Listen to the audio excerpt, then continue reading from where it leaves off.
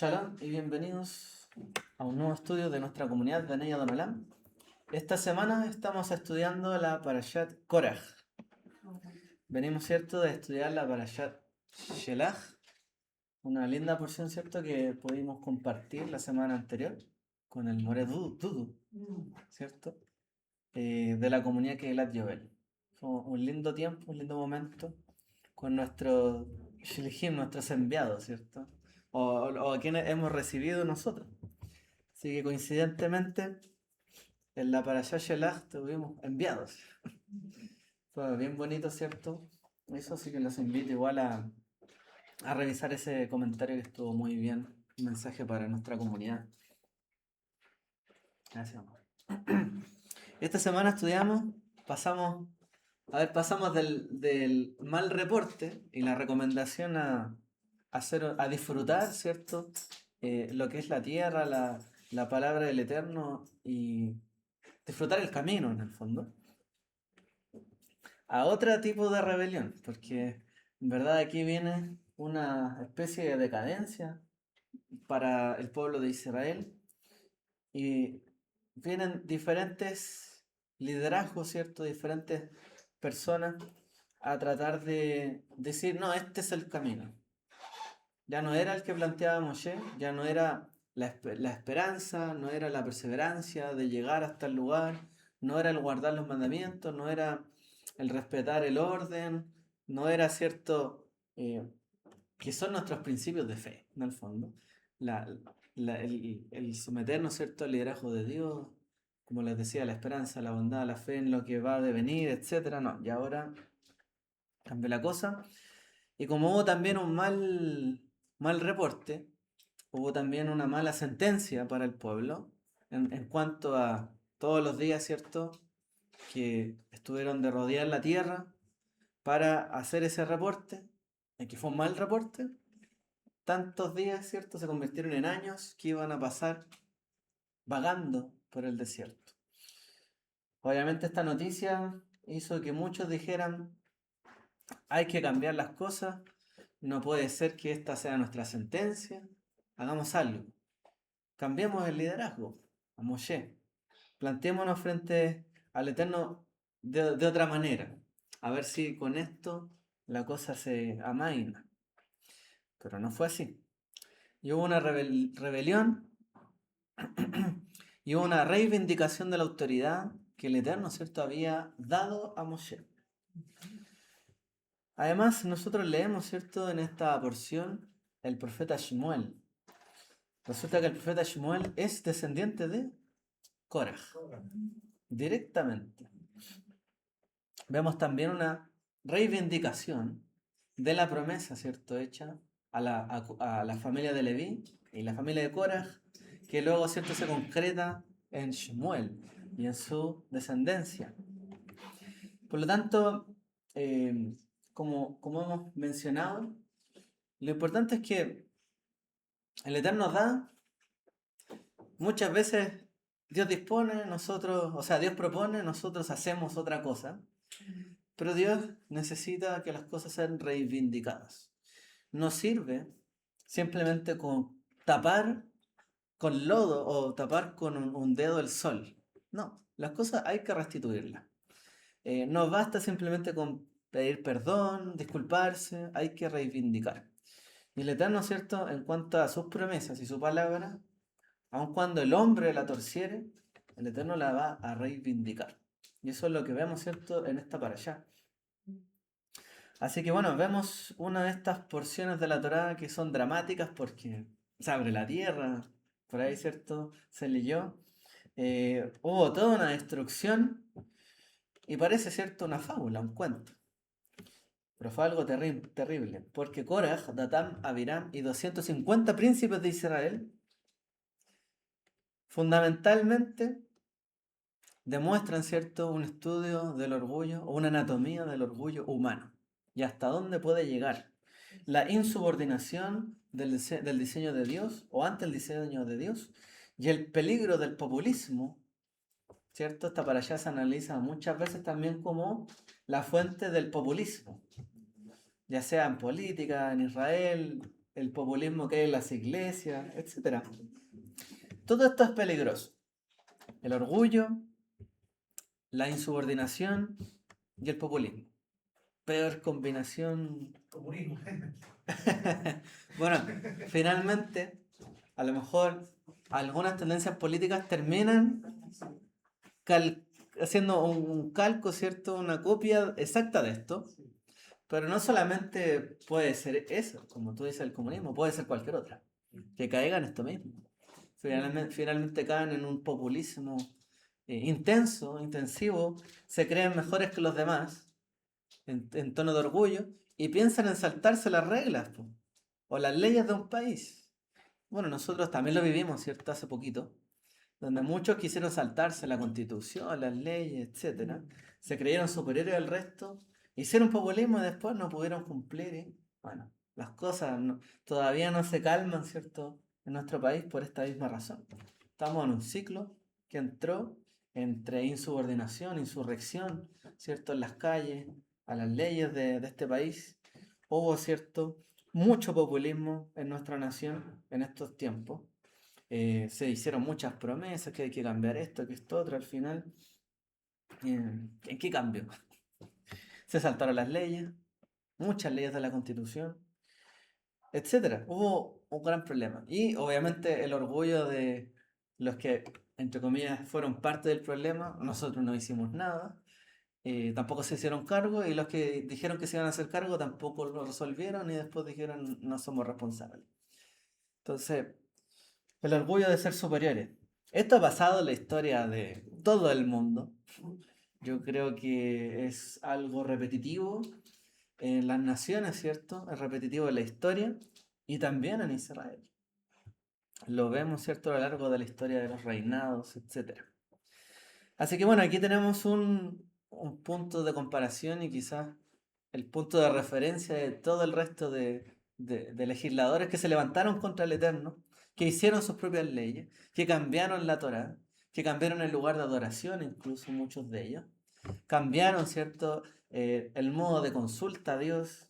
Bueno, quisieron en el fondo establecer sus propias reglas. Finalmente, no prosperaron. Y hasta el día de hoy, lo único que permanece es la palabra del Eterno. Porque aquellos que quisieron cambiar las cosas ya no están más, ni su diseño, sino que se sigue manteniendo, ¿cierto?, la Torá. Así que bueno, tenemos este arquetipo de un evento que es espiritual y que también entendemos que es un hecho que también se repite en los días de Yeshua. También hubo quien quiso reemplazar la autoridad del Mesías. También hubo problemas de rebelión, ¿cierto? Y mucho orgullo entre sus seguidores hasta el día de hoy. Porque también, ¿cierto? Los seguidores de Yeshua ocurrió esto. Hoy día es cosa de mirar. Tantas denominaciones, tantas cosas que salieron de ahí, tanto populismo que salió. Desde las palabras de Yeshua se hizo mucho populismo también. Y bueno, finalmente la debacle total, que hay una insubordinación absoluta a la Torah. O sea, Yeshua defendió la Torah, habló sobre la Torah y los principios de ella, y finalmente sus seguidores dicen que está totalmente abolido. Una insubordinación total. Entonces, vemos que estos patrones se repiten una y otra vez. Por lo tanto, tenemos que conducirnos con mansedumbre nosotros. No ser, como dice Pablo, ¿cierto? No seas tú eh, engreído, no dice engreído, contra la raíz. ¿Cómo es que dice la palabra? Se me fue. No seas, no te jactes contra la raíz. La jactancia nunca es buena. Hay que ser manso, ¿cierto? Dentro de la palabra que hemos recibido nosotros. Bueno, primero que todo esto partió por una falsa igualdad. El falso principio de que todos somos iguales. Quien quiera vender esto es falso. Absolutamente. Bueno, Korah se acercó a Moshe y Aarón con el argumento seductor que resonaba de la justicia social. Todos somos iguales. Todos estamos elevados. Basta ya de vosotros, porque toda la congregación, todos ellos son santos. Y en medio de ellos está Adonai. ¿Por qué pues os levantáis vosotros sobre la congregación de Adonai? ¿Quién los puso a ustedes como superiores a nosotros?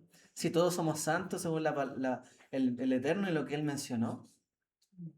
A simple vista esto parece algo piadoso, pero Él utilizó la verdad divina de que todo Israel es santo para camuflar un deseo personal de Él, que era la codicia del poder, el reconocimiento y el cargo del Cohen Gadol, el sumo sacerdote. Él quería ese puesto. Él decía, yo lo voy a hacer mejor. Korah no buscaba que todos fueran iguales. Simplemente este era un argumento para seducir al pueblo y a sus seguidores y a su séquito. Pero él no buscaba que todos fueran iguales, él quería el poder. Y a lo más, si es que después él lograba el poder, iba a hacer que su séquito tuviera poder y el resto de las personas no. Finalmente iban a lograr su cometido solo para ellos. Entonces Korah no buscaba la igualdad, así como todos los que proclaman la igualdad no buscan la igualdad, porque realmente no lo hacen, no buscan eso, sino que, así como vemos siempre, que llegan al poder, utilizan el poder para su propio beneficio o para el de sus pares, de los demás se olvidan. Y finalmente, esto y lo que criticaban se convierten en lo que criticaban, ¿cierto? Una vez que están en el poder.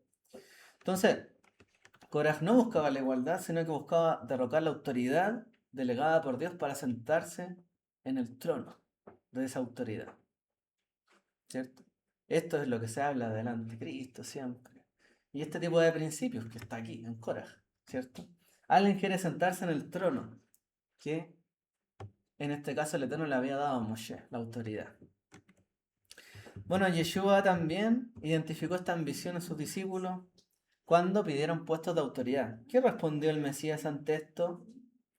Sabéis que los gobernantes de las naciones se enseñorean de ellas, mas entre vosotros no será así, sino que el que quiera hacerse grande entre vosotros será vuestro servidor, y el que quiera ser el primero entre vosotros será vuestro siervo.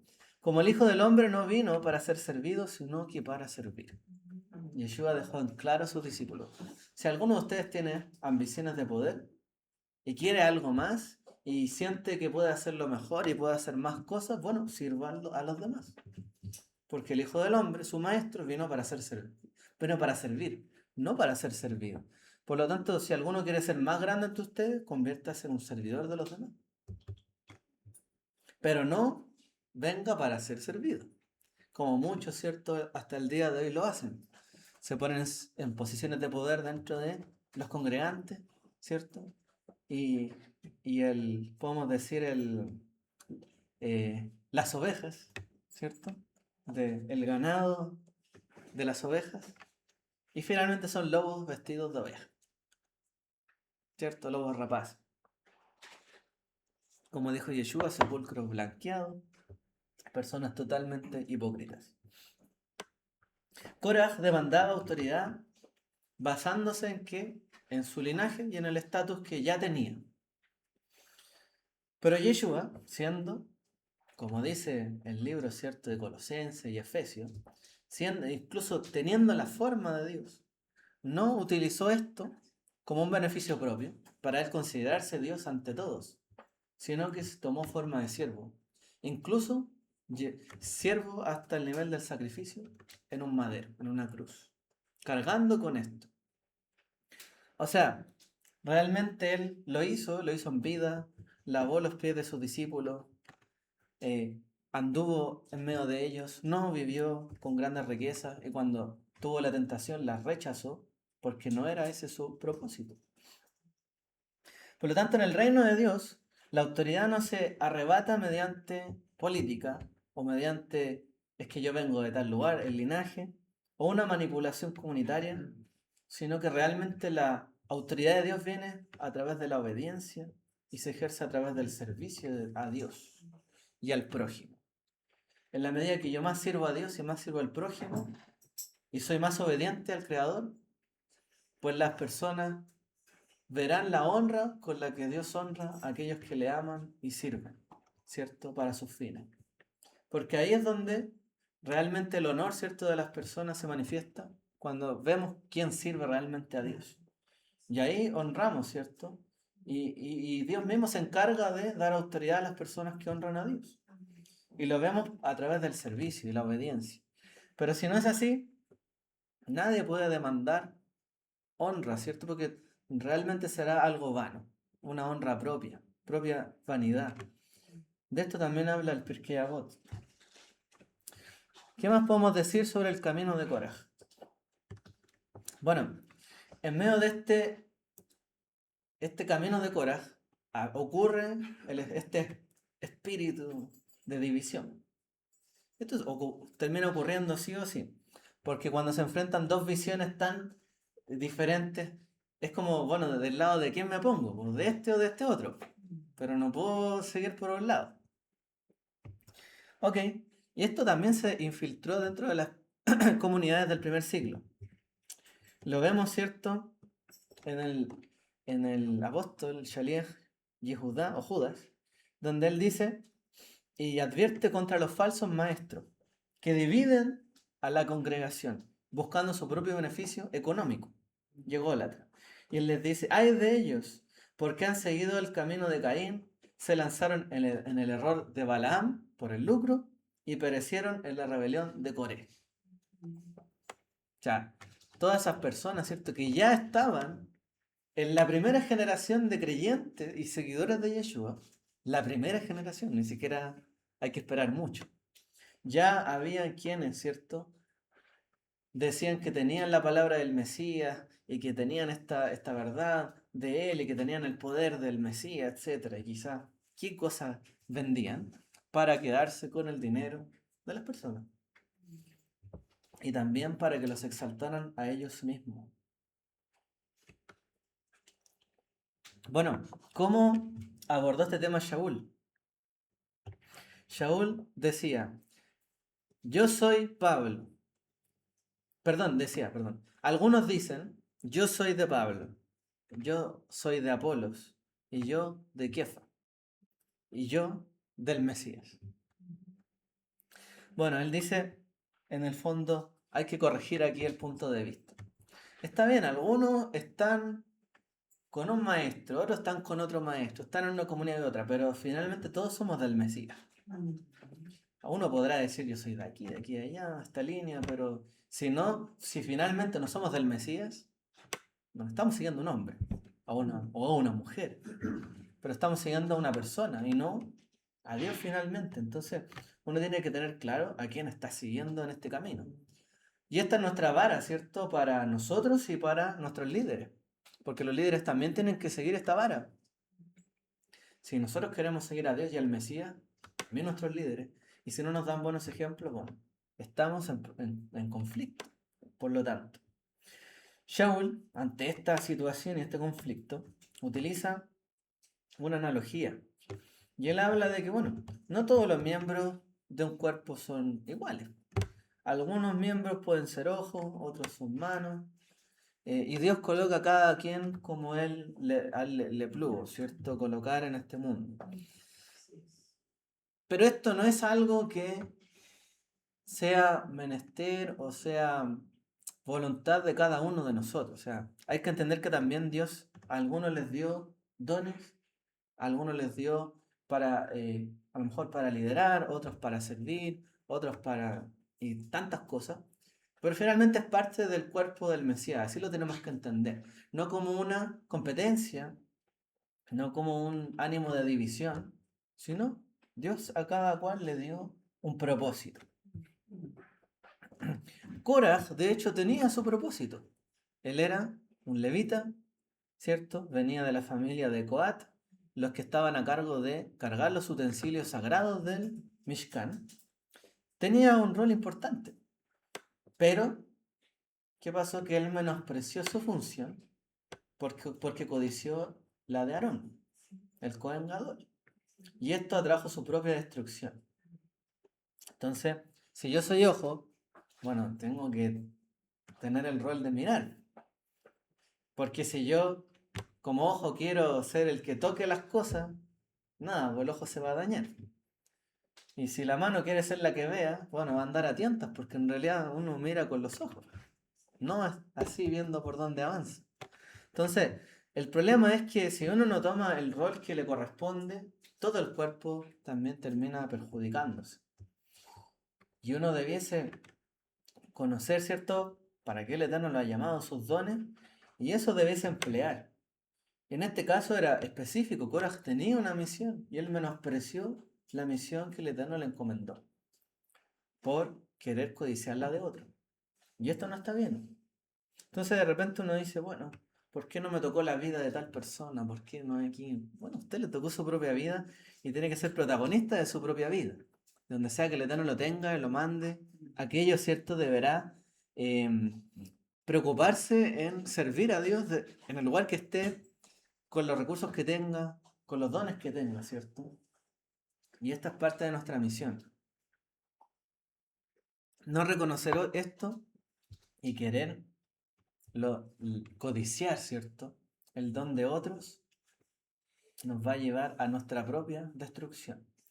De hecho, en la semana escuchaba, me acuerdo, era un video, pero era como algo viral, de que era como un auspicio de una persona que estaba auspiciada por Adidas, me acuerdo, era como un youtuber. Pero hablaba de este tema de la vocación. Decía, en la vida, estadísticamente hablando, uno se va a equivocar si piensa que tiene que gastar, o sea, si cree que a los veintitantos años va a tener su vocación de vida, se equivoca. Porque generalmente eso no se logra. Pero también se equivoca si va a pasar toda la vida buscando su vocación. Porque en realidad uno tiene que ver entre diferentes cosas que le gusta hacer, en qué cosas le va mejor, y empezar a dedicarse a ello, dedicar tiempo, estudio, pasión, y ver la forma en que eso se puede desarrollar para su propia vida. Pero uno no puede ni gastar excesivo tiempo en buscar su vocación, porque a lo mejor nunca algo le va a calzar si es que es muy perfeccionista en su vocación. A lo mejor yo soy profesor y me encanta enseñar, pero me tocó enseñar en un lugar donde no me gusta. Después me cambió a un lugar que tampoco me gusta. Después fue otro lugar que tampoco me gusta. Y al final usted nunca va a disfrutar su vocación si no le gusta ese lugar y siempre piensa que ese no es el lugar donde tiene que estar. O sea, en el fondo uno debiese entender, bueno, en esto de la vida me estoy dedicando, soy bueno, tengo que aprovechar la oportunidad que tengo y dedicarme a ello. Y eliminar en el fondo ciertas dudas y empezar, ¿cierto?, a enfocarse. Esto lo encontré interesante porque es como los caminos de la Torá y son, como dicen los sabios, es el camino del medio. El camino de la sabiduría es el camino del medio. Si uno gasta toda su vida esperando encontrar, no, es que esto es lo que me apasiona, y si uno no gasta nada de tiempo en tratar de buscar aquello que lo apasiona en la vida, bueno, se va a equivocar. Pero uno tiene que buscar ese término medio dentro de nuestra vida. Yo creo que es el deseo de todos los padres también para sus hijos, que puedan encontrar una forma en que desarrollarse en esta vida. A lo mejor le impulsan una cosa, no era eso, ok, otra tampoco era eso, pero la encontró, hay que apoyar. ¿Ok? Bueno, otra cosa más. Después de la muerte de los hijos de Korah y su séquito, el pueblo, que estaba amargo ante esto, ¿qué hizo? Acusó a Moisés, a Moshe y a Aarón de haber matado al pueblo del Eterno. Ustedes mataron a este pueblo. O sea, no les basta, ahora nos están matando. Ya no solamente vinimos a morir aquí en el desierto, ahora nos están matando.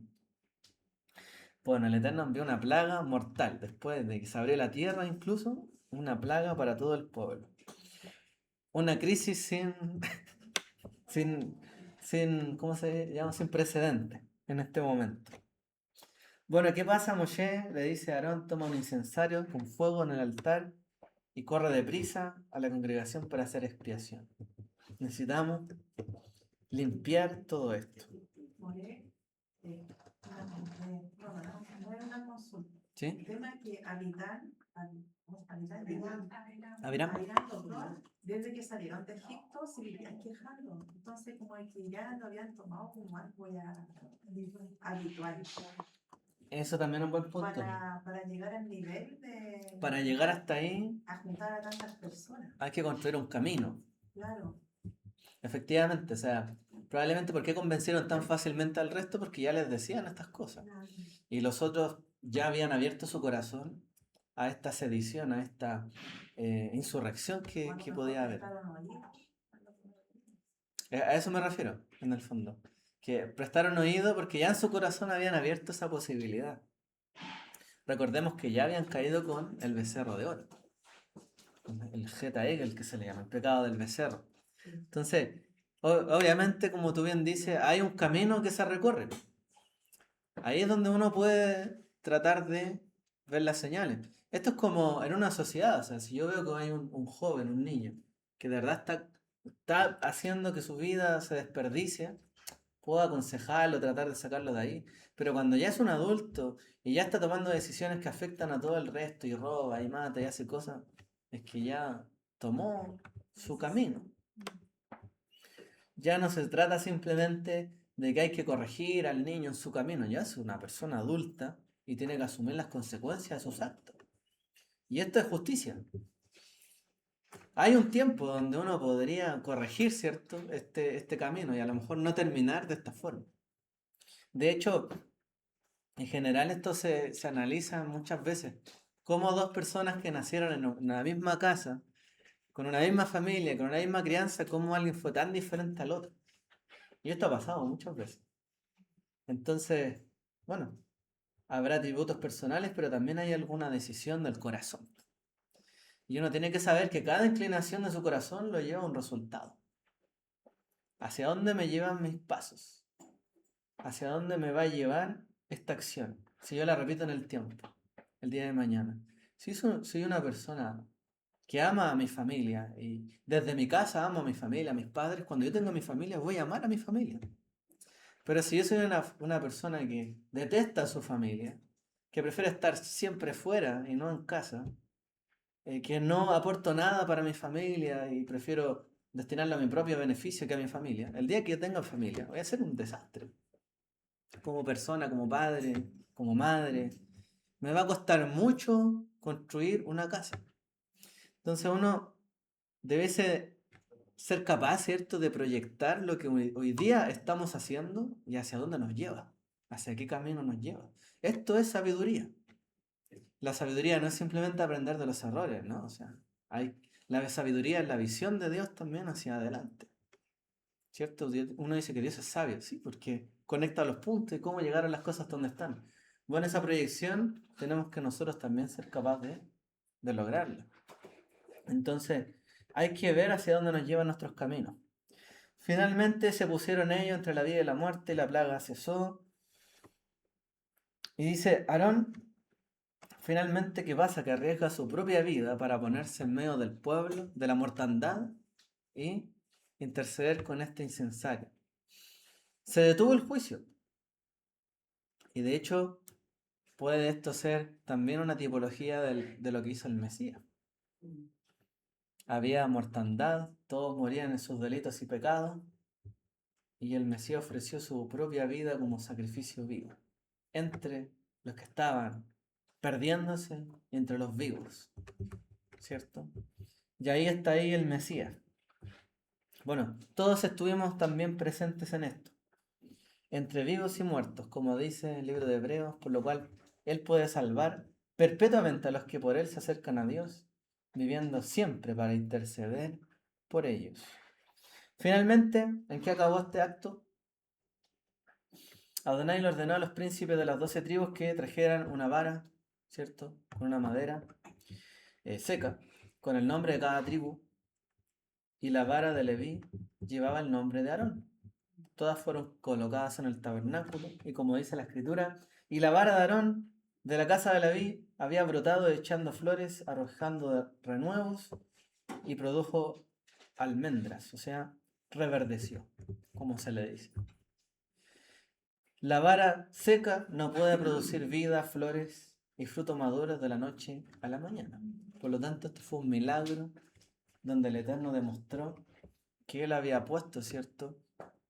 Que el sacerdocio fructificara en la casa de Aarón.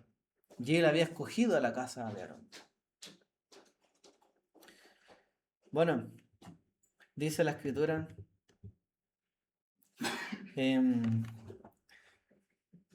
cuando se habla, ¿cierto?, de esta palabra almendro, ¿cierto? En hebreo, sé que algunos saben, La palabra es shaket. Y esta palabra comparte la raíz con la palabra apresurarse o estar vigilante, como le habla el Eterno, ¿cierto?, a Jeremías, el profeta. Es decir, que Dios vigila su palabra para cumplirla. Así también el Mashiach fue levantado como una primicia. Se levantó y reverdeció entre los muertos. Algo que estaba seco, que no podía florecer, un cuerpo que está muerto y que ya solo queda que perezca, volvió a tener vida y vida en abundancia, vida eterna. Entonces también ahí está el favor de Dios en que el Mesías resucitó. Eso es lo que nosotros vemos, ¿cierto?, en la Escritura. Si nosotros nos vamos ahora, que quiero llevar este tema al...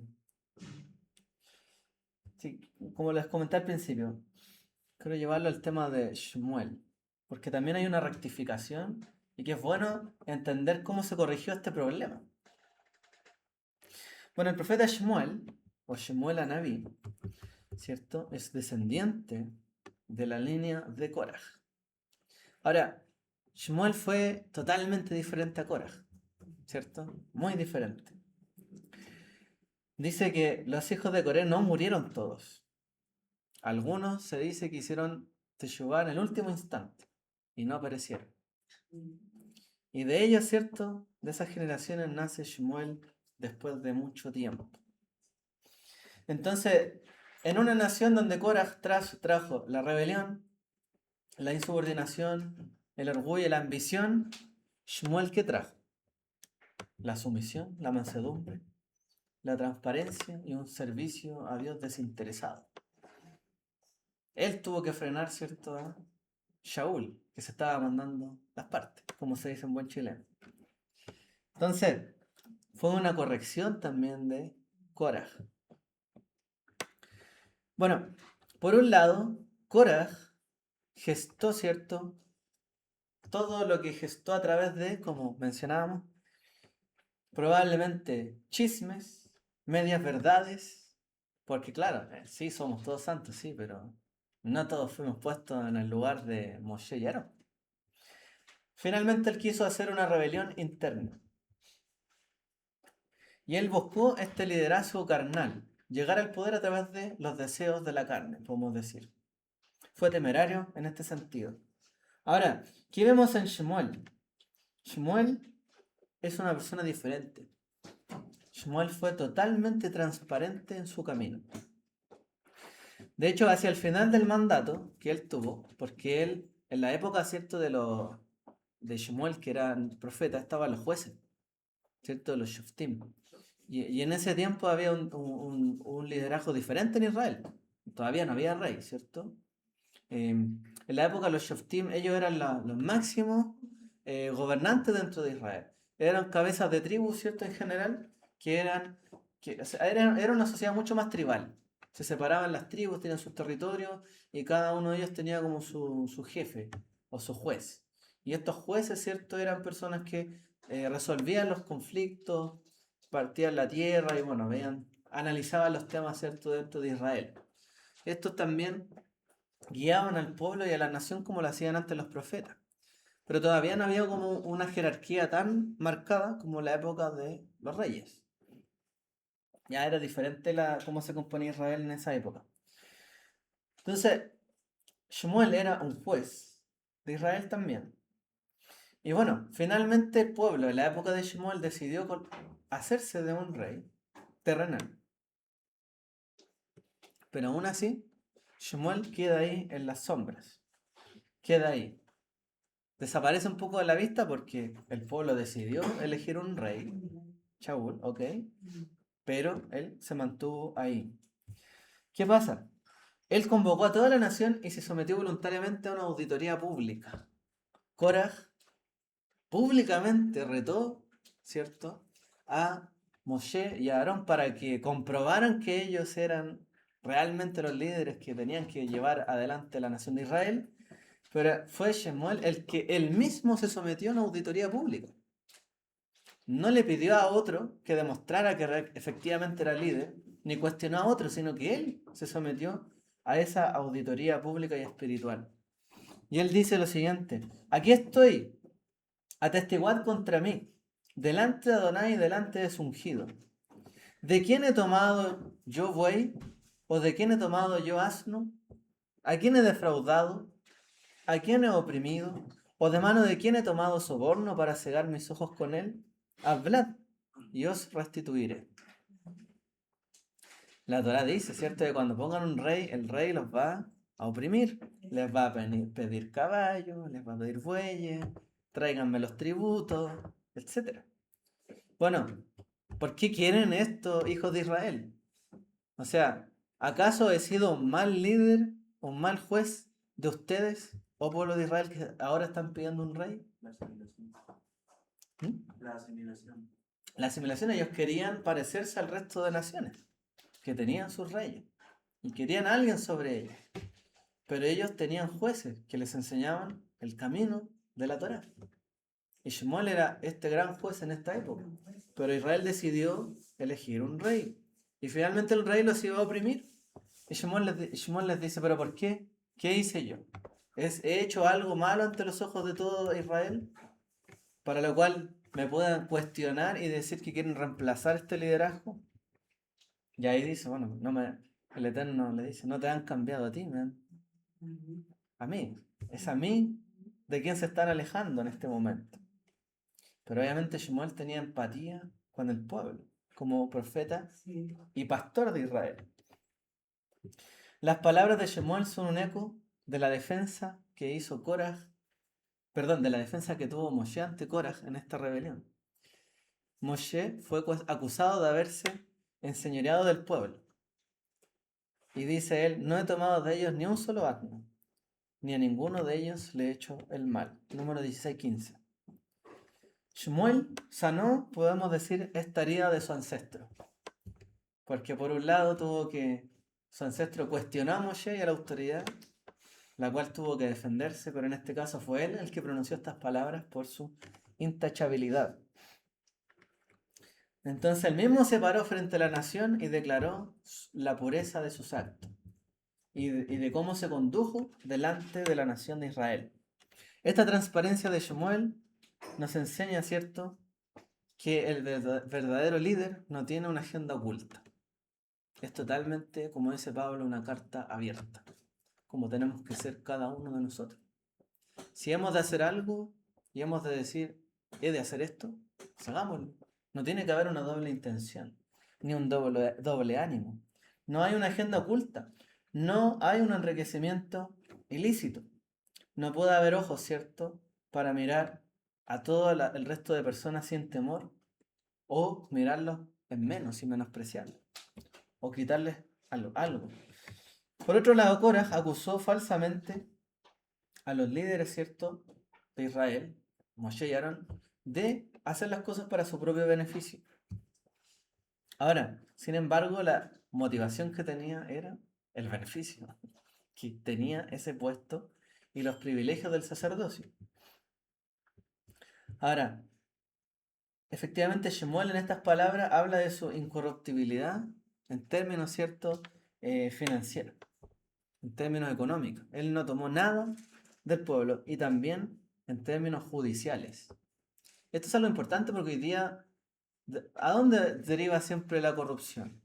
Esto, gente que hace arreglo con los jueces, que se salta leyes, se salta reglas, se salta, no sé, impuestos. Gente que quiere obtener un beneficio por sobre la ley. Piensan que están por sobre la ley. Entonces hay una corrupción de la justicia para obtener un beneficio económico. Pero no hay corrupción, digamos, económica si no hay una corrupción en la justicia.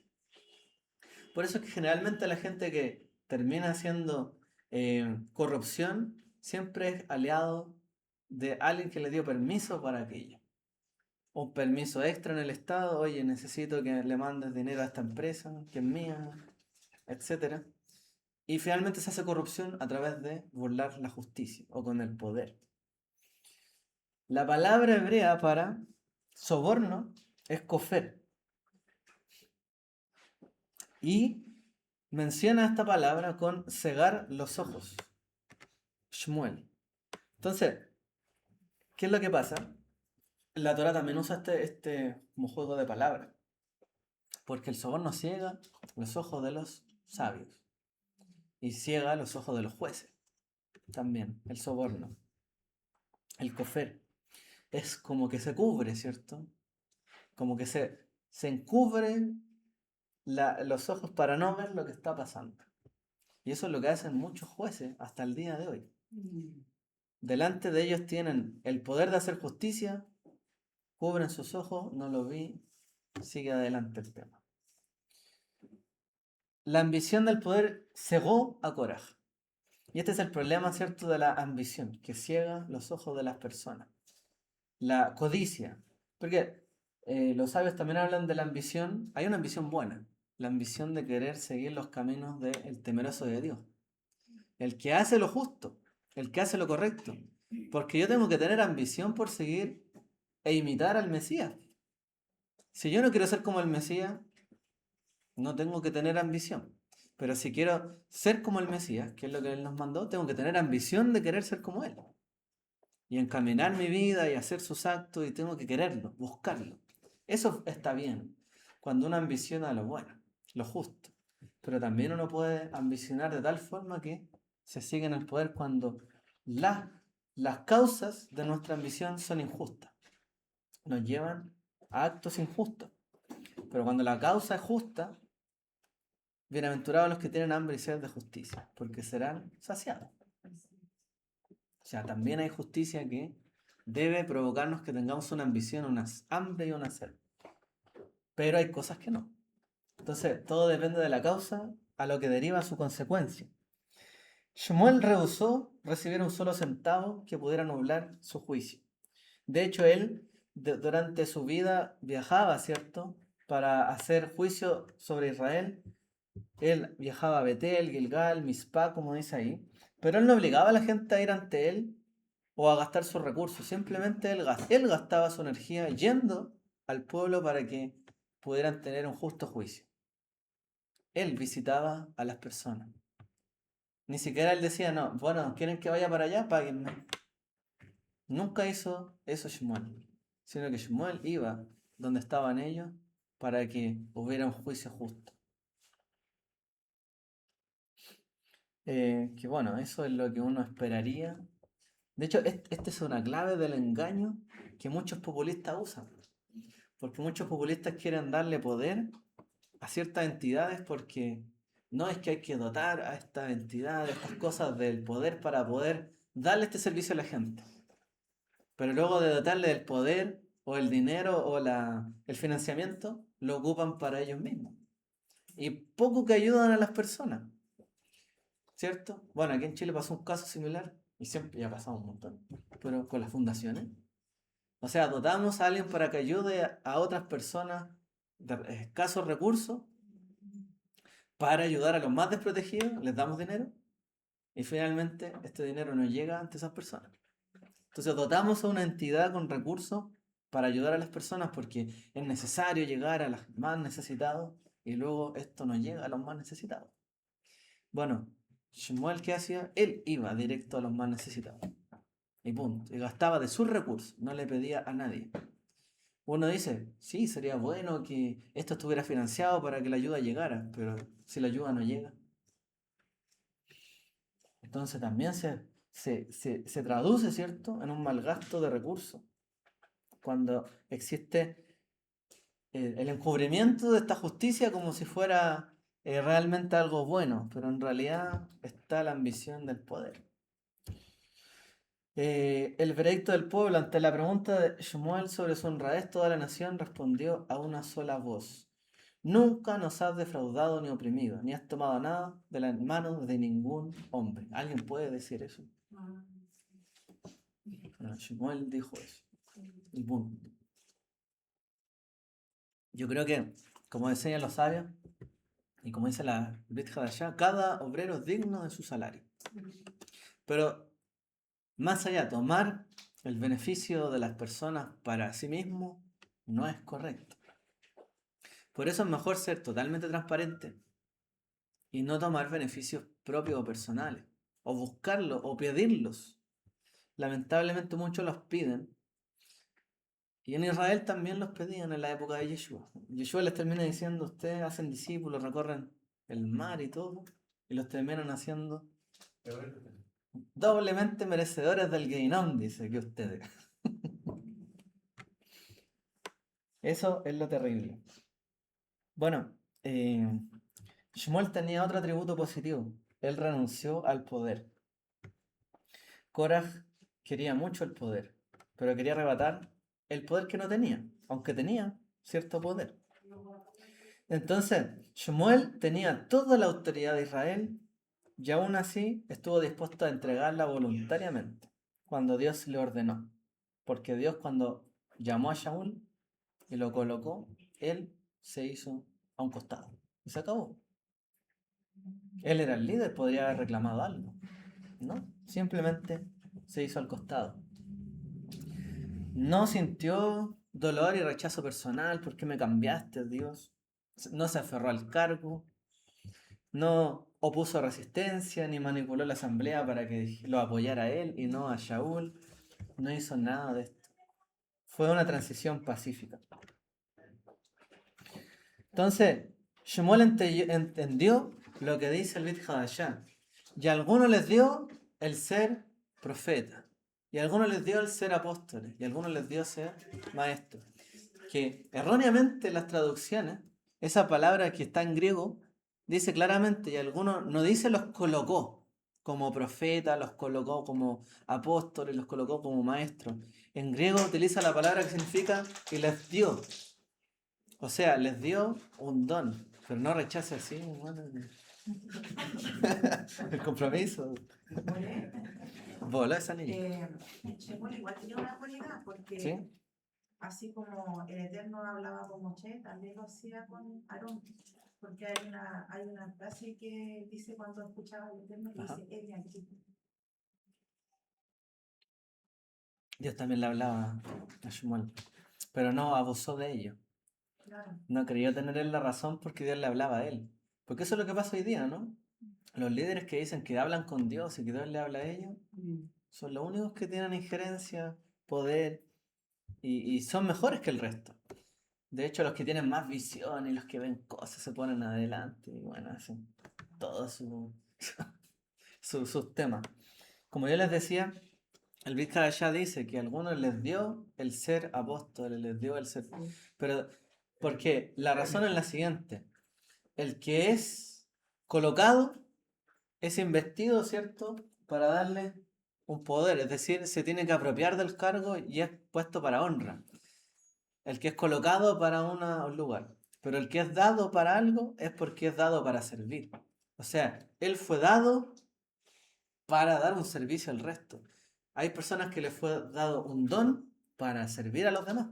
No fueron puestos y colocados con una estaca y letra grabada en piedra, como si estos son profetas, estos son apóstoles, estos son pastores.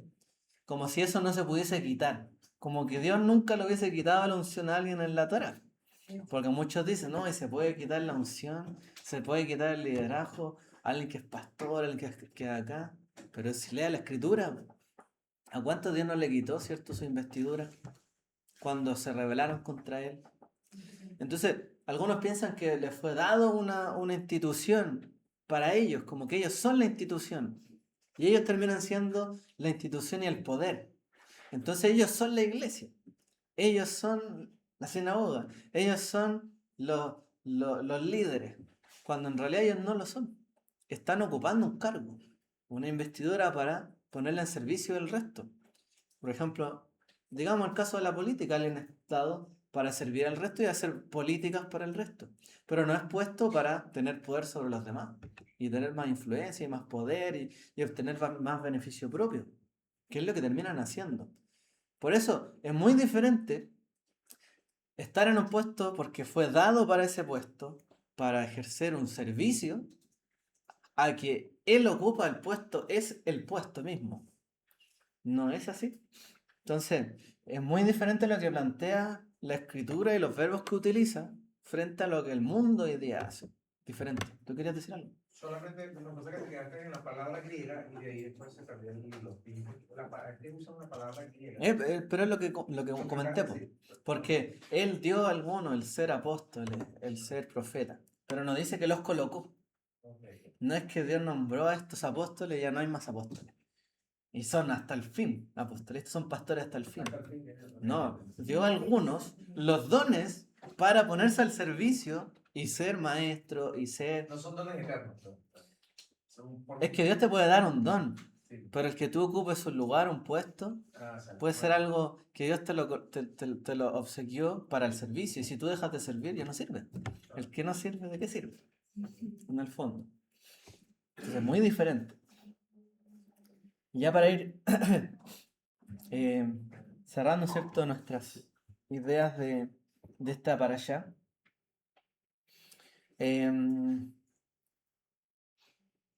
Dice, por ejemplo, Pedro.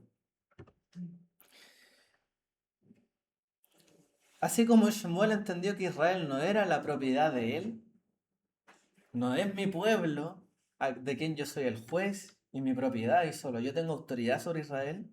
No, porque hoy día el Eterno pone a otro y se le entregó a otro la autoridad y se acabó.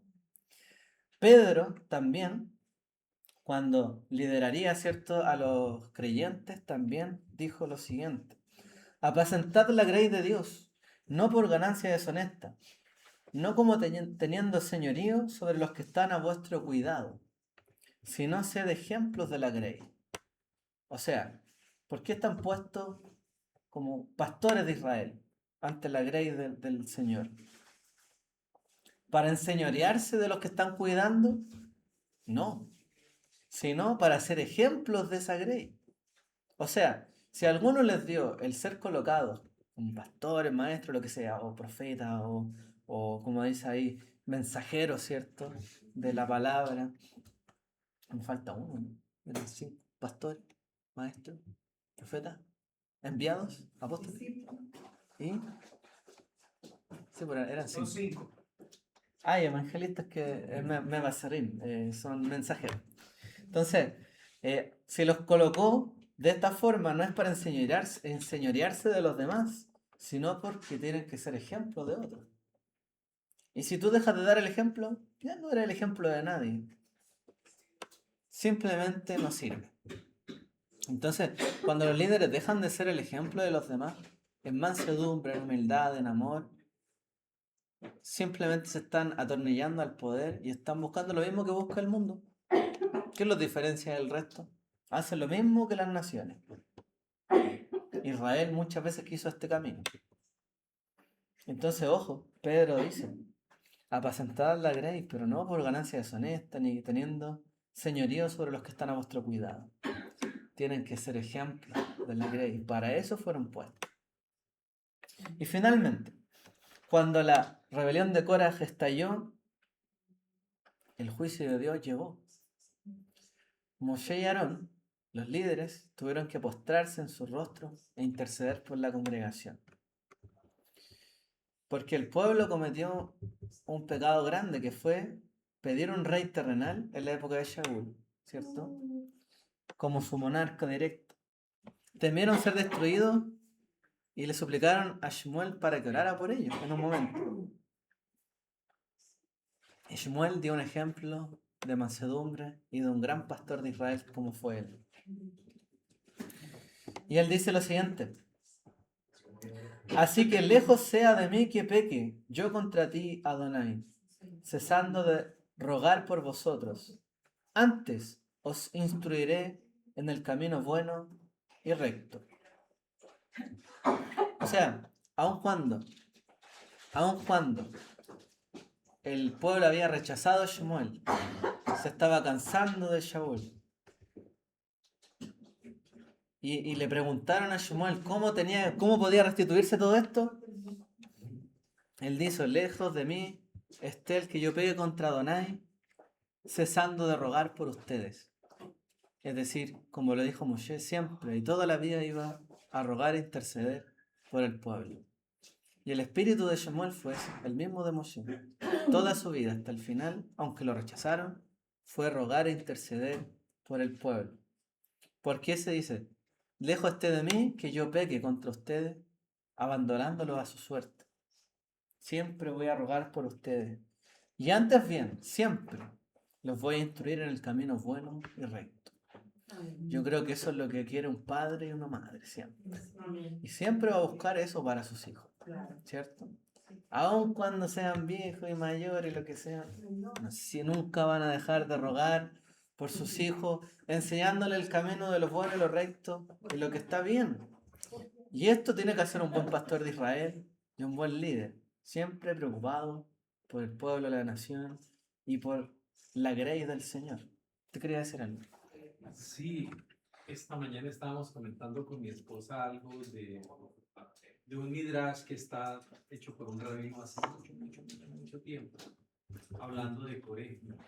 Y él decía que en todas esas decisiones de personas como él, cada uno de nosotros tiene mucho que ver la mujer, la esposa. Él decía de que la mujer seguramente le daba cuerda para que Coré tomara esa decisión. Mire,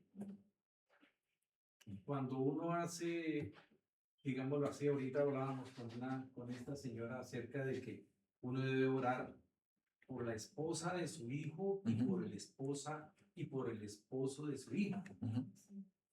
Y uno debe ayudarles a ellos en esa oración tan especial durante mucho tiempo, porque por ejemplo un muchacho por su esposa puede tomar una decisión fatal, pero una decisión terriblemente mala, como el caso que la tomó por ella. Pero también una mujer, uno ve y el caso de que una mujer también influye, pero ¿cómo va a hacer usted eso? ¿Cómo se le ocurre? Uy, eso lo hace, es un bandido, no sé qué. Y él lo ayuda a enderezar un poco y hasta lo endereza. Es muy importante la ayuda idónea que el Eterno le da a uno. Y por eso uno debe orar por sus hijos, nietos, hasta bisnietos, nos da la autoridad del Eterno, para que su esposa, incluso según el caso, sea una persona con sabiduría. Que el Eterno, yo le decía a esta señora, por ejemplo, uno debe orar y pedir de que el Eterno a ese niño, por ejemplo, ella me decía que tenía 11 años de su hija, el esposo de ese niño, de esa niña debe tener unos 13 años. Y debe uno orar para que el Eterno, aparte de ese niño, por ejemplo, el caso, las malas juntas, las malas influencias, los malos amigos, los que le enseñan cosas malas. Entonces, nuestra ayuda idónea es muy importante para esas cosas como hizo este señor. Es muy importante. Seamos sabios. Bueno, ¿Sí? Sí, adelante. Ya que hablan de las mujeres, hablamos. ¿Qué nos trae Cora a nosotros ahora? Ahora. Sí, que la nación, que los líderes, que yo. En Ezequiel creo que hablan del valle de los huesos secos. Nosotros antes de llegar a la Torá éramos esos huesos secos. Que llegó la Torá y nos dio vida. Entramos a la nación de Israel. Y ahí es donde no hay que tener mucho cuidado, ¿sí? Ahí sí nos toca que andar bien con cuidado, porque cuando uno hace lo que hizo Cora, pone en entredicho lo que el Eterno dice, lo que Él manda, la palabra del Eterno, se abre la tierra y se lo come a uno. ¿Cómo se lo come a uno? Se lo come vivo, viene el mundo, ¿sí? Y lo saca. El mundo, esa tierra viva es el mundo. Acuérdense que creo que dice el Mesías dijo que había un hombre y vino en su corazón y vino el Mesías y limpió su casa y la dejó limpia. Eso somos nosotros, ¿sí? Vino el Mesías, vino la palabra y el corazón y lo limpia. Pero si uno se descuida, viene la tierra y lo traga uno vivo, o sea, cae en una situación que ahí dice la Mashallah, esa que dice que vienen 5 peores, ¿no? 5, vuelve peor, ¿no? Vuelve peor. Entonces, eso es que la tierra lo come uno vivo. Eso es, hay que tener esa de ser cora, de no poner que no, que el sábado es lunar, o que la fiesta no sé dónde, y que todas las cosas que están viendo ahora, que tratan de poner entredicho lo que dice la palabra del Eterno, que nosotros estamos en ese, porque ya somos ya un parte del pueblo de Israel. La tierra escondió vivo al pueblo, no a la gente, bueno, la gente bueno, no es nada que somos nosotros. Y entonces, ¿cómo hace el Eterno?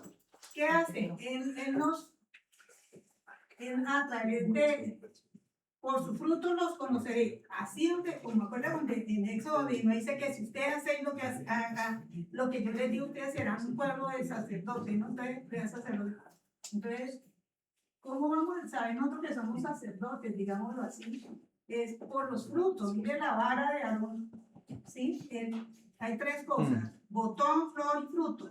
Sí. Hay una palabra en hebreo que tzitz, y en Parashá Lejá había póngalo tzitzit. Yo en esta Parashá creo que todo fruto es tzitz, ¿sí? O sea, hay que estar en los mandamientos del Eterno, porque eso nos protege, nos hace un cerco, nos hace estar en fe y no deja que la tierra se abra y nos coma vivos. ¿Sí? No esperan que una muera, ni una en vivo lo come. Y nos pone como, no nos va a tener en el arca y lindo, cuidadito, sino que nos pone a interceder, porque nos hace poner entre medio entre los muertos y los vivos. Esa es la labor que tenemos hoy en día. Nosotros ahorita que estamos en Colombia, ya ustedes pasaron por eso, nosotros estamos mañana en la decisión del nuevo presidente.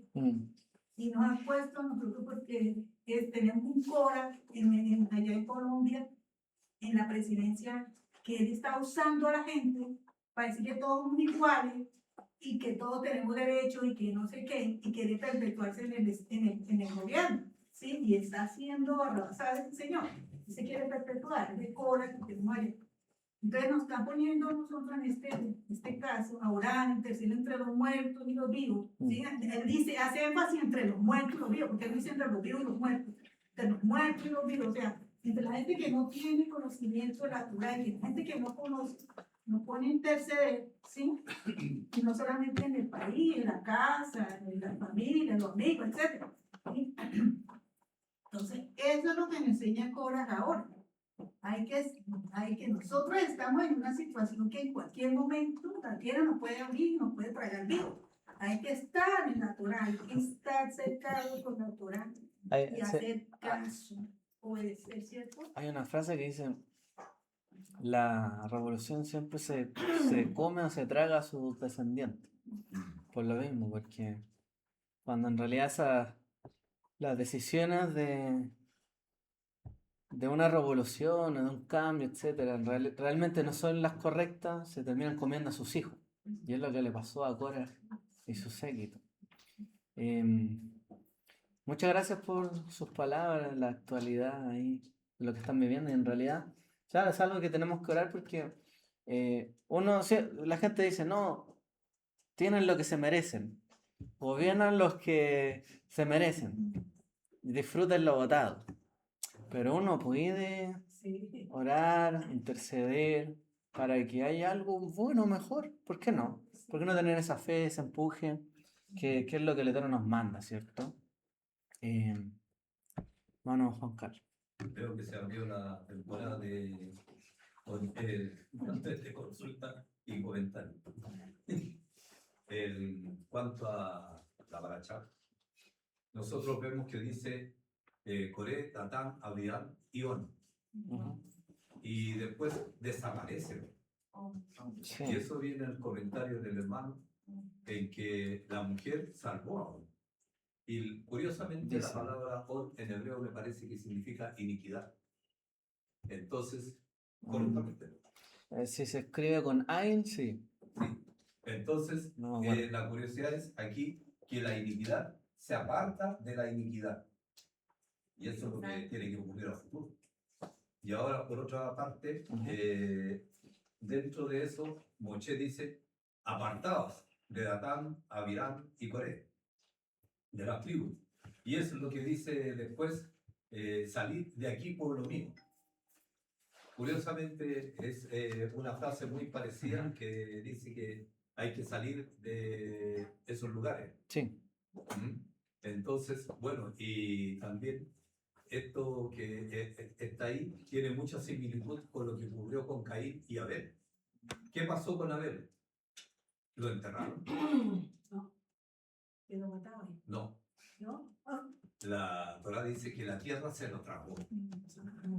Vivo. No, lo mató antes Caín con la quijada de burro. Y después eso lo usa como para decir, la sangre de tu hermano está clamando desde dentro de la tierra. sí, Hay una similitud. Entonces acá igual. ¿Qué es Sí. lo que pasa? La tierra se atrapó a